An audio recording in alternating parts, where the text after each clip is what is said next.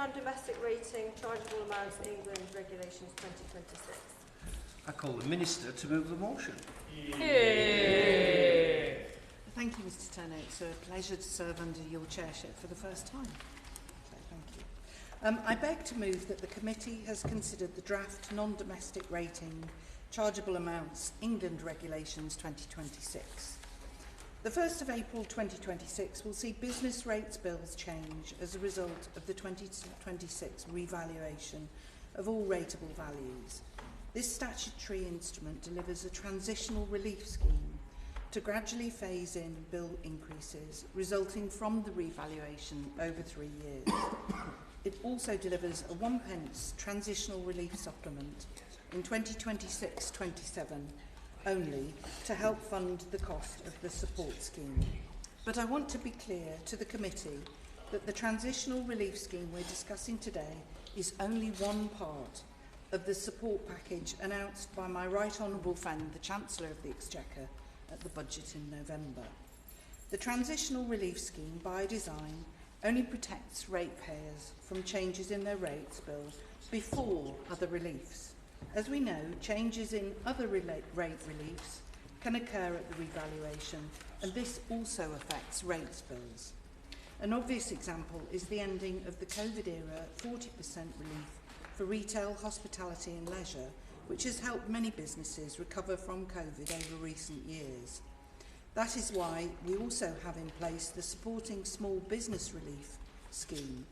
The scheme provides further support beyond transitional relief for those ratepayers who will at the revaluation lose certain other reliefs, including the 40% retail, hospitality and leisure relief. The Supporting Small Business Relief scheme is delivered by guidance rather than regulations. The full details of that scheme were published in early December. It would be remiss of me not to acknowledge the concerns raised by the pub sector in recent weeks. As honourable members will be aware, the Chancellor is looking at what more we can do to support pubs, and further work is underway. The details of this will be announced in the coming days.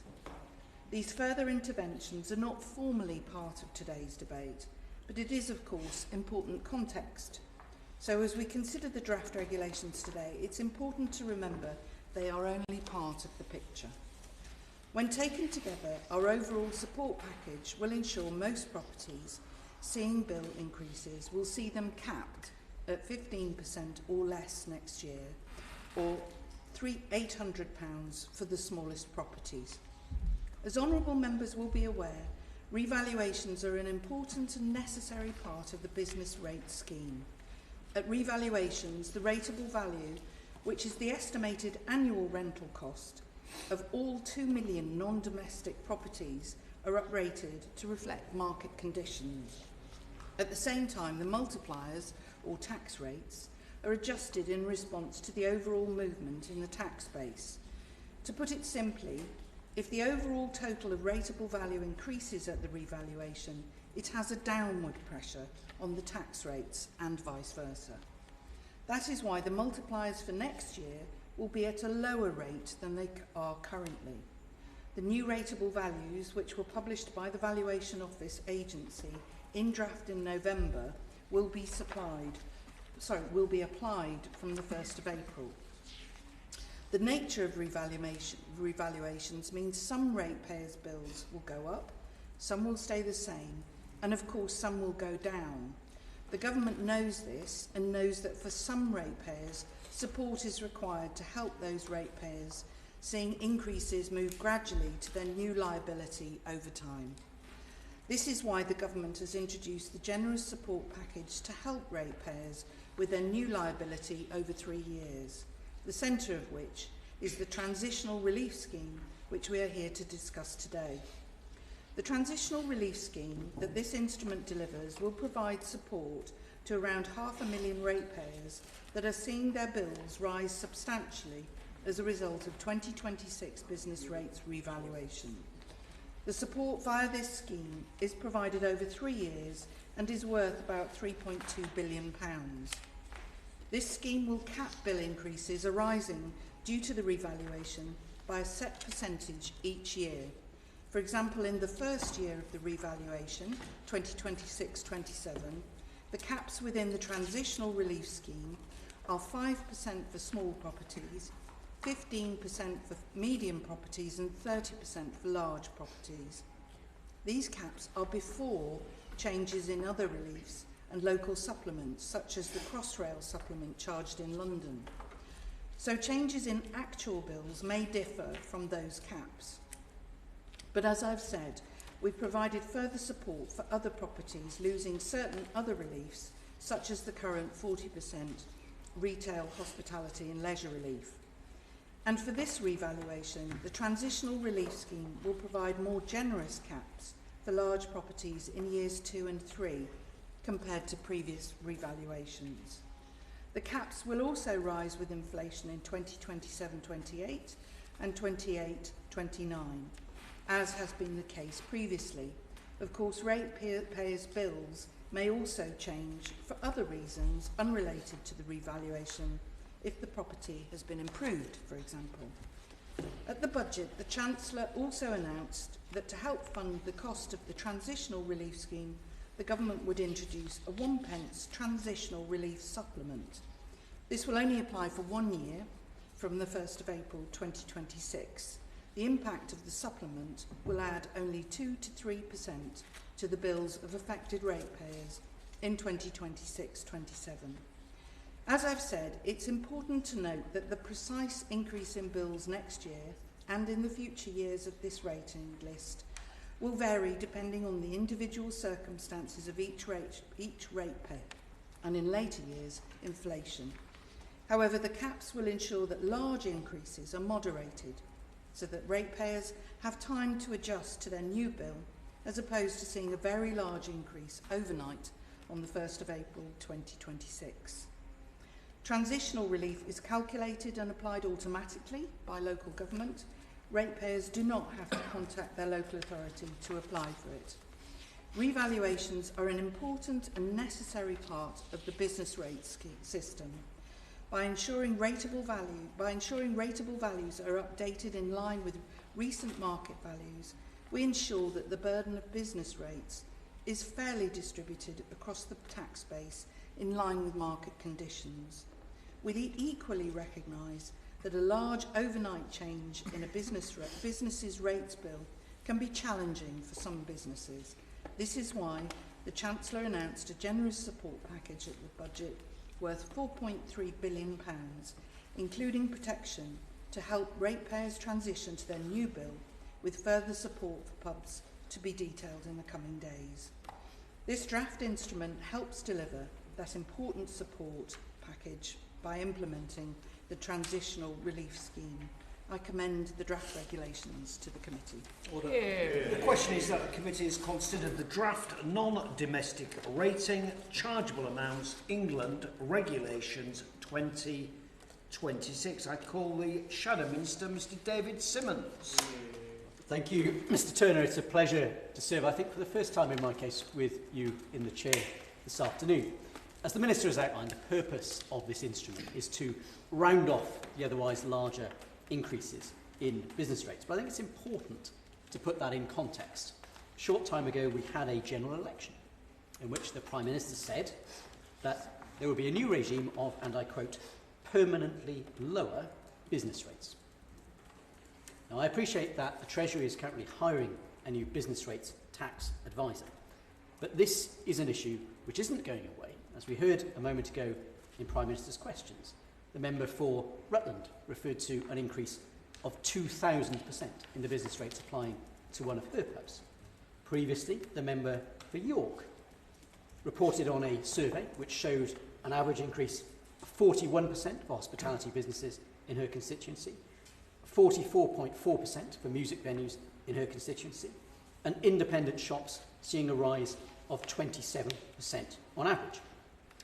UK Active, the body that represents the United Kingdom's gym and health providers, reports an average increase of 60% in the business rates for which their members are liable. Pharmacies, through the National Pharmacy Association, reported their members having to remortgage their homes and put their life savings into the business in order to meet the increases in business rates being proposed by the government. And to date, we see in the course of the last 12 months a net 200,000 job losses in the retail sector, which businesses report has been primarily due to the increases in business rates and the increases in national insurance contributions. So it is very clear that this represents a very substantial, permanently higher rate of business rates, an unwelcome U-turn from the government, and one where we can see, all of us, I think, the practical impact in our communities. I would bet there is not a member in this room who has not been lobbied by their local pubs, cafes, shops about the impact that this is having on their business. On that point, Of course. I want to try and give way. Andrew Snowden. Thank you very much. And does the Shadow Minister agree with me that this is creating a perfect storm, and the reason of which we have so many people getting in touch with us, and many MPs on all sides will have many pubs and restaurants and bars getting in touch with them, is because there is a perfect storm that this business rates change is going to crystallise. For coastal areas like Fylde, there are people with less money in their pockets, so there are less visitors to the hospitality to start with.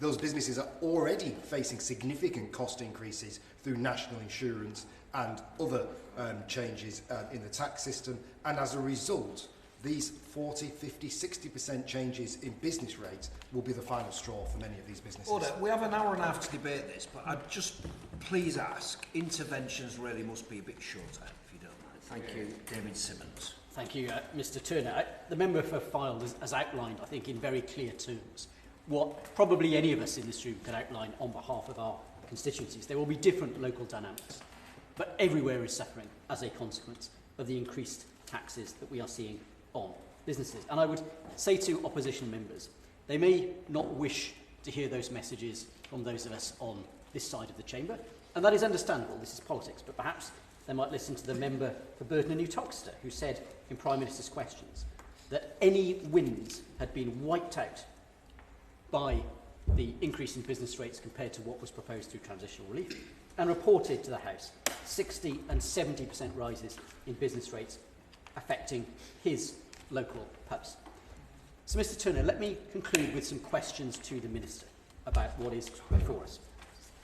Firstly, what is the net benefit of all of these measures, the increases in business rates and the impact of the transitional relief to local councils? We know from the local government finance settlement that 2/3 of local authorities in England lost funding net from central government as a consequence of that. But given the very substantial increase in business rates income that this would imply, what will be the overall impact on local government funding? Secondly, what assessment has the department made of the impact that this will have in particular on high streets and local businesses? Many of those businesses have been lobbying us all because the family business tax, rise in national insurance, the interaction with the changes and the point at which national insurance is charged have put huge pressure, and the impact of these business rates on top is enormous. So what assessment of the impact has been made? Thirdly, what role have the local reliefs that were briefly touched on by the Minister and are set out in our explanatory memo played in the determination of the funding settlement? Because it seems very clear that whilst the fig leaf is offered that local reliefs may be available, the assumption of government is that all of these increases will be implemented in full before any consideration will be given for additional funding. What consideration has the Minister given to a return to the local authority business growth incentive business rates regime, which was designed to incentivise local authorities through additional support from central government to look to create opportunities to support local businesses and high streets in a way that we know was very effective? And I'll finish with this point, Mr Turner.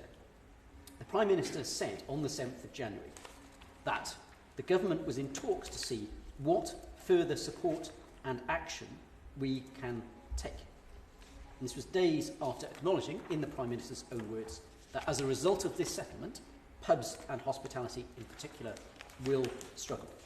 I think the question for those of us on this side of the House is this it?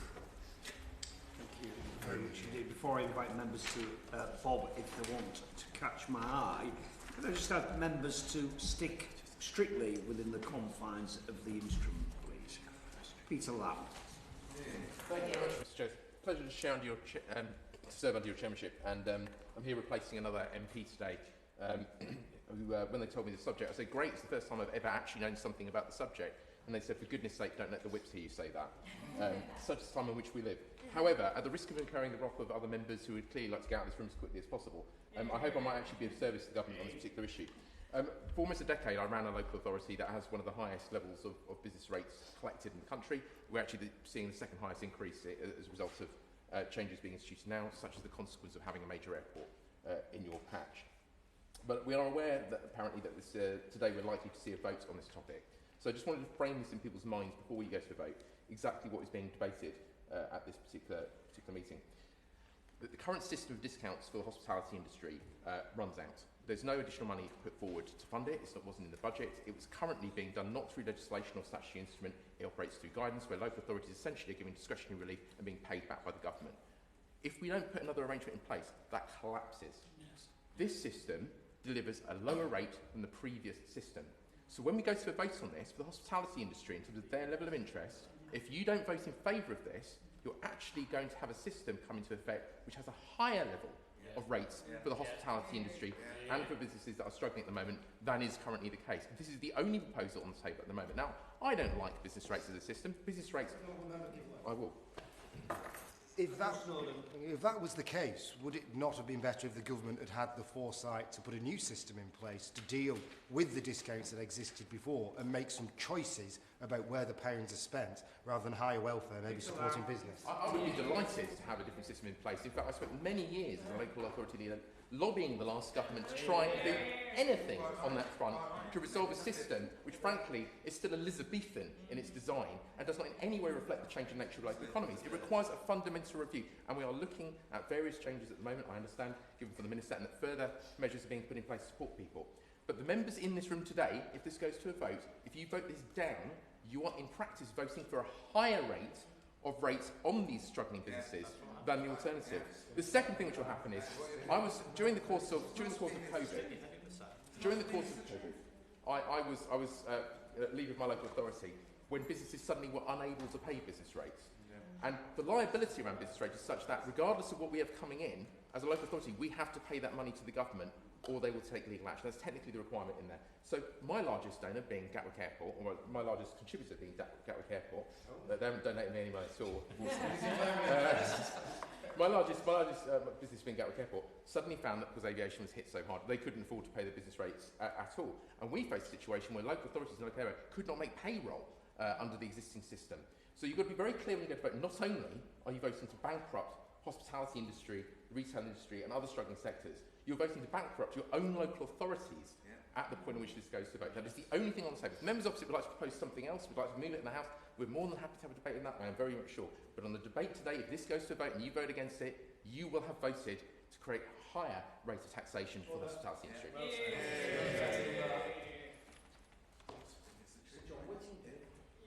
Thank you, Mr. Turner. I don't want to repeat the excellent points already made by my honourable friend, the member for Ruislip Northwood, but I have listened carefully to the Minister.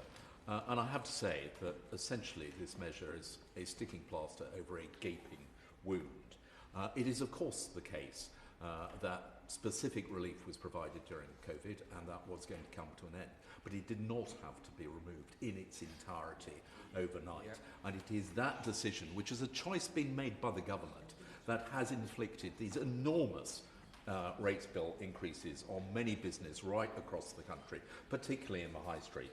I have been contacted by many of the pubs in my own constituency, and they have raised not just concerns about the existing impact that these measures will have, but also about the government's promise that there is some relief coming over the horizon, because it is extremely unclear as to what that will be. Just to give one example, the pub I visited last weekend has rooms upstairs. Does it qualify as a hotel? Does it qualify as a pub? To what extent is the relief package going to benefit them?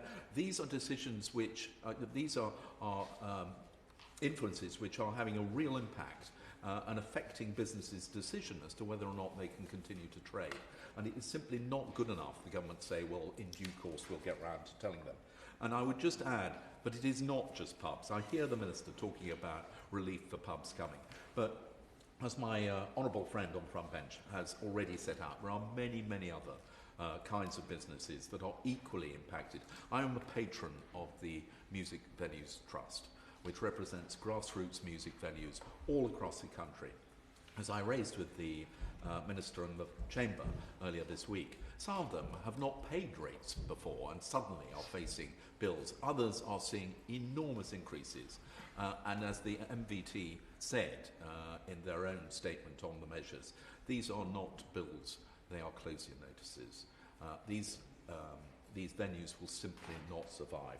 So I do ask the Minister, obviously I take the point made by the Honourable Gentleman opposite that this particular measure we are debating this afternoon will provide some small relief, but it is simply not enough. It is not going to address the real issues that are affecting businesses. And so, firstly, I hope that the Minister will press her colleagues to introduce those and perhaps tell us a little more, because at the moment there is a total uncertainty about facing the businesses and their own future. Liberal Democrat spokesperson, Zoe Franklin. Thank you, Mr. Chairman. It's a pleasure to serve under your chairmanship. I really will keep this brief, as others have acknowledged. We want to keep this brief, but I was grateful to the Minister for recognising that this is set within a wider context, and I would just simply say it really is a wider context. Businesses are struggling. I regularly have conversations with businesses in my own constituency at Guildford, and we are getting to a point where this, as has been mentioned earlier, could be a closure notice for many businesses. We as the Liberal Democrats are in particular concerned the government promised to permanently lower business rates for retail, hospitality and leisure, but has failed to use the full powers it gave itself to deliver support. And we're also very concerned about transparency and accountability. And despite repeated parliamentary questions, the government has not published clear sector-specific data on the impact of the re-evaluation, even though the Evaluation Office agency has confirmed that such data was shared with the Treasury. And that lack of transparency makes it so much harder for members to assess what this really means for their constituencies. And that's ever so important where industries such as hospitality are a major part of their local economy. We have argued for practical targeted support. Yes, we have called for an emergency VAT cut for hospitality, accommodation and attractions. We've also raised concerns about the cumulative impact of alcohol duty and national insurance rises, etc. But ultimately, Chair, we believe the measures set out in this statutory instrument do not go far enough to address the scale of the challenge facing businesses in places like my constituency. But voting against it would be voting against any transitional support at all. So for that reason, while I cannot support the instrument, I will not oppose it.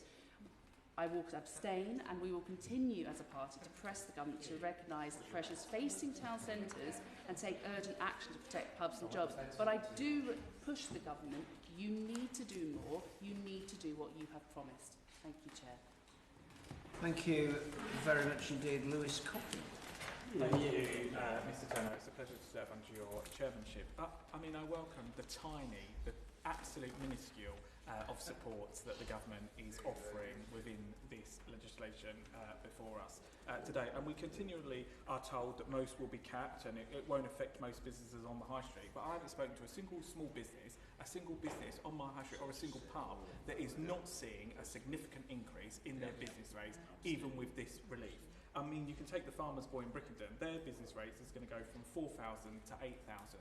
So I do not understand who the Minister or who within the department is speaking to businesses out there where most are not going to see an increase or most aren't going up. That is simply not true from the businesses that I speak to. And we continually hear from the government, you guys were in power before the last general election. You've had 18 months and you've done nothing. You've had 18 months and you've done nothing. You had 14 years in opposition where you could have come up with a credible plan for government and you have proved to the people up and down the United Kingdom that you clearly are incapable of doing that. So I want to understand from the Minister, and my constituents want to understand, what help is the government going to do to support businesses and stop these closure notices, because they are closure notices for many of my businesses in my constituency of Broxbourne. Okay. Minister. Thank you, Mr Turner, and I think today's debate illustrates very clearly how passionate members are about their local high streets and the businesses in their constituency, which of course I completely recognise. The introduction of the permanently lower, I will try and address the comments that members have made. The introduction of the permanently lower rates for eligible retail, hospitality and leisure properties paid for by the high value multiplier are just the first step in this government's programme to transform the business rate system, which is an issue that the Shadow Minister asked me about. In September 2025, the government published an interim Transforming Business Rates report to set out what we will do next to meet our objectives of delivering a fairer business rate system that supports investment and is fit for the 21st century. And at the budget, a call for evidence was published on the role of business rates in business investment, which will help us to develop a system that better supports investment and economic growth.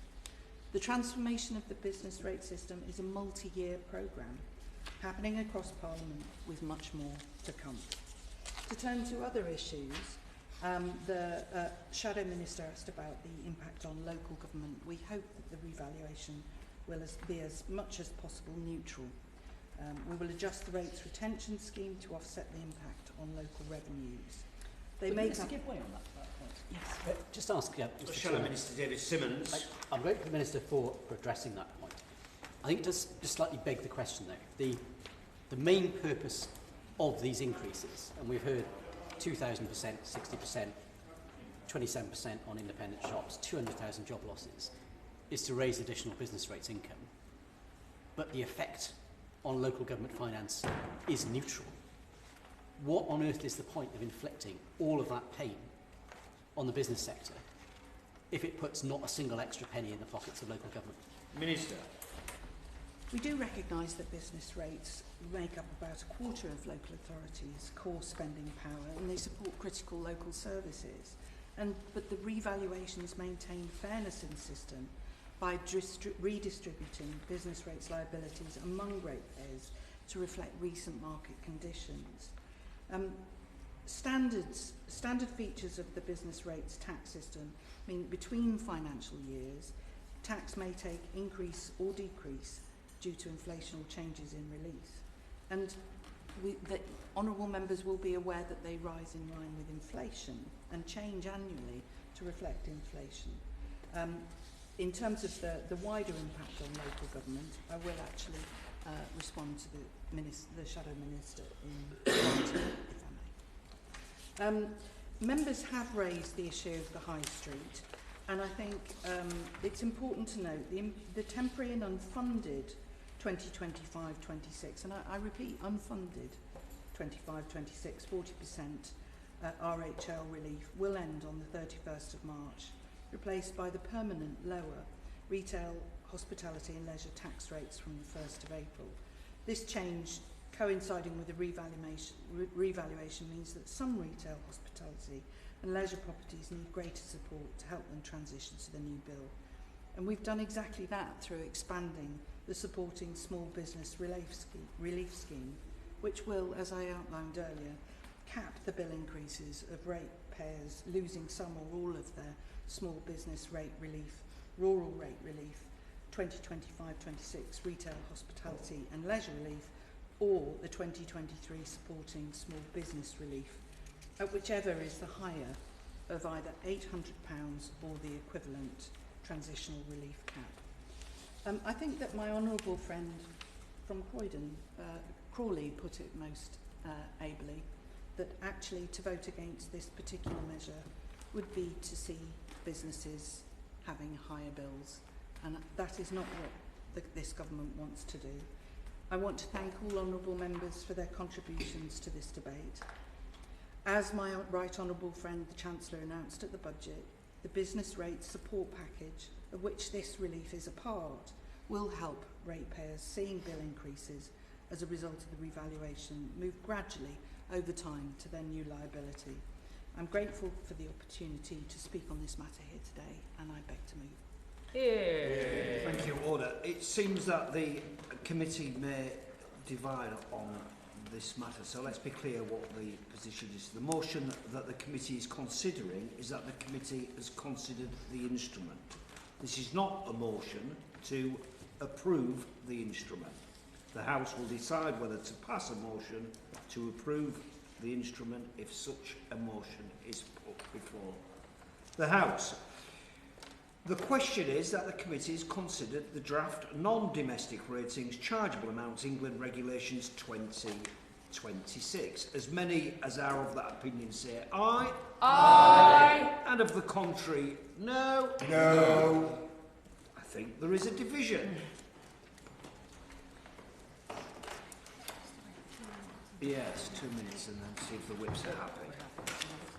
Not quite 2 minutes. Are you happy, Mr. Whip? And Mrs. Whip, you're happy? Ms. Ms. Whip. Ms. Whip. Ms. Whip. Thank you very much indeed. Very well.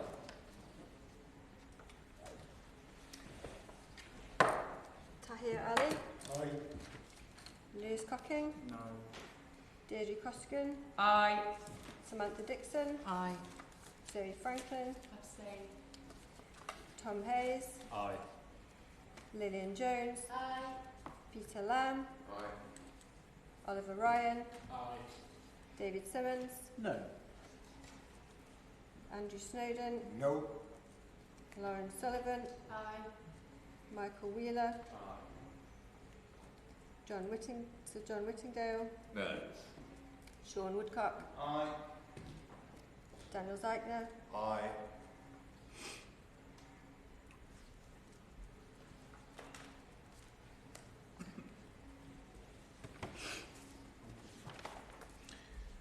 The ayes were 11 and the noes were 4. So the ayes have it, the ayes have it. Order, order.